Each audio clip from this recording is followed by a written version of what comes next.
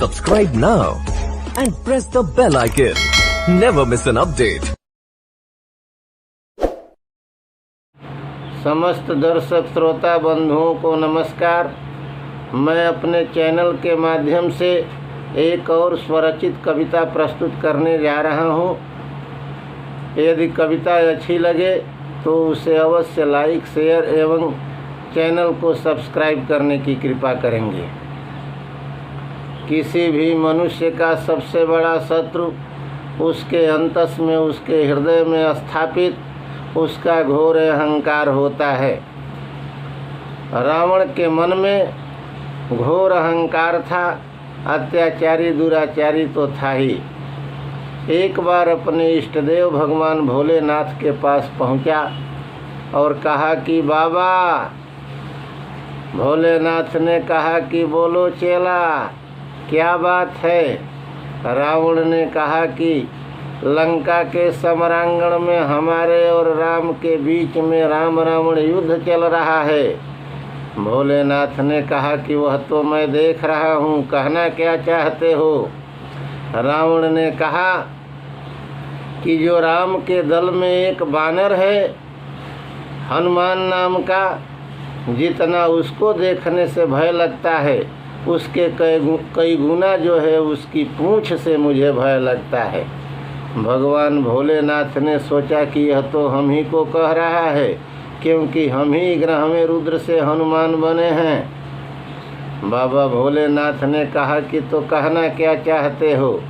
रावण ने कहा कि बाबा ऐसा आशीर्वाद दीजिए कि कल के युद्ध में मैं हनुमान की पूंछ पकड़ लूँ, और पूंछ हमारे हाथ में यदि आ जाती है तो फटाक से तोड़ दूंगा, सारी उसकी जो है औकात समाप्त हो जाएगी। बाबा भोलेनाथ मुस्कराते हुए कह पड़े कि ठीक है, कल के युद्ध में हनुमान की पूंछ तुम्हारे हाथ में अवश्य आ जाएगी। और दूसरे दिन के युद्ध में जब ही रावण पहुंचा और क्या हुआ, अब हम जरा कविता के माध्यम से देखें कि वेदव पुराण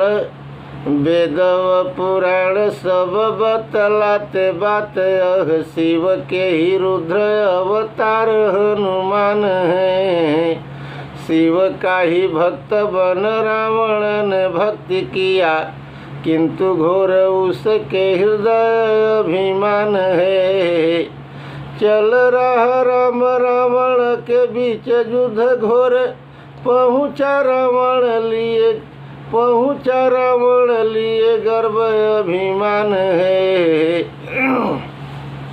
बोला भोलेनाथ से सनाथ करें आज हमें, पूंछ से डराता आज हमें हनुमान है।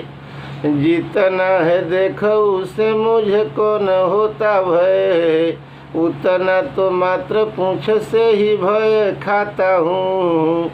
जितनी ही चाहे उतनी ही बढ़ जाती पूंछ, देख यह दृश्य थर थर कांप जाता हूँ।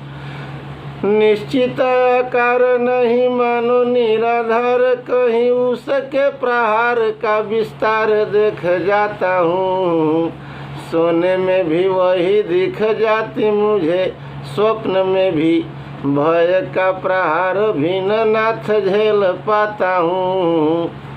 बोले भगवान शिव चाहते हो रावण क्या, बतलाओ शीघ्र वही झटपट कार्य हो। सुनते ही रावण कहा कि भोलेनाथ सुने, तोड़ू पूछ यही विनती मेरी स्वीकार हो। सोचे भोलेनाथ पड़ा मेरे ही तो पीछे, जरा भी निवेदन न मुझे अस्वीकार हो।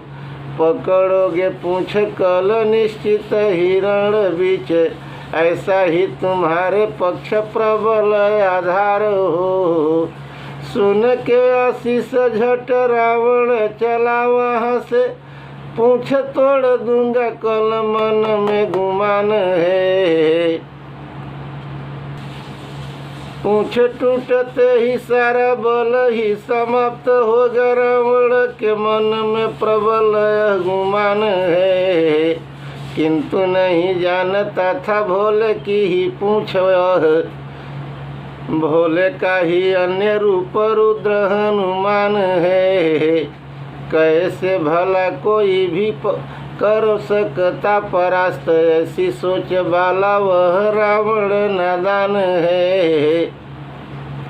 दूसरे ही दिन जब पहुंचा समर बीच, सोचा पूंछ तोड़ूंगा कहा है भोलेनाथ ने। आज रण मध्य हनुमान को चटाऊं धूल, कृपा बरसाई आज बाबा भोलेनाथ ने। सोचे हनुमान शिव रूप में, कहाँ हूँ कल पूंछ चली जाएगी रावण तेरे हाथ में। रावण की ओर लगे पूंछ को बढ़ाने, वहीं भागा भयभीत हो न पकड़ा भी हाथ में। सोचने लगा कि पहले स्थिर तो पूंछ होवे, तब तो पकड़ तोड़ने का भी प्रयास हो।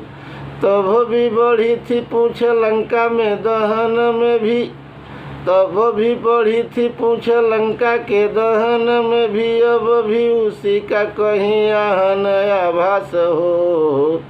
सोचे हनुमान पूंछ स्थिर करूँगा जब, ताकि पूंछ तोड़ने का उसको विश्वास हो। रोक कर पूंछ स्थिर हनुमान कर दिए, रावण ने सोचा अब पूंछ का विनाश हो। सोचे ही रावण ने पूंछ को पकड़ लिया, पूंछ को बढ़ाया अकस्मात हनुमान ने।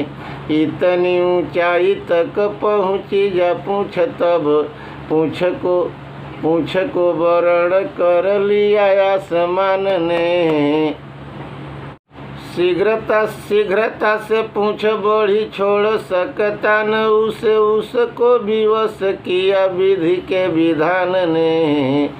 पूंछ को पकड़ झट झूलने लगा विकल, प्रकट हो पूछा वहाँ शिव भगवान ने। बोलो पूंछ तोड़ी जाए या कि वह छोड़ी जाए, बोलो जो भी मन में हो बात बन जाएगी। बोला पहले का एप्लीकेशन ही खारिज हो, अन्यथा हमारी तो किताब खुल जाएगी। नाथ दूसरा ही एप्लीकेशन स्वीकार करें, लगता है सहज में जान चली जाएगी। पूंछ भी न टूटे और हाथ भी न छूट पाए, हड्डी पसली ही चूर चूर बन जाएगी। पूंछ भी न टूटे और हाथ भी न छूटे नाथ, हड्डी पसली ही चूर चूर बन जाएगी।